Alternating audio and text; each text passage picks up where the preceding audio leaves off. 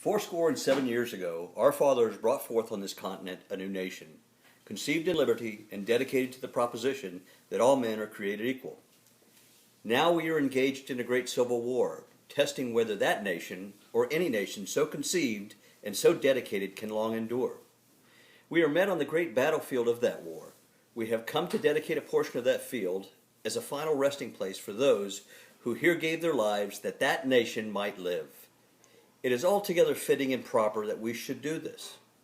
But in a larger sense, we cannot dedicate, we cannot consecrate, we cannot hallow this ground.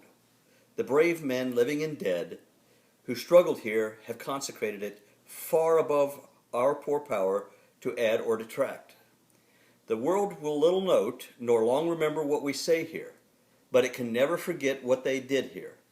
It is for us the living, rather, to be dedicated here to the unfinished work which they who fought here have thus far so nobly advanced.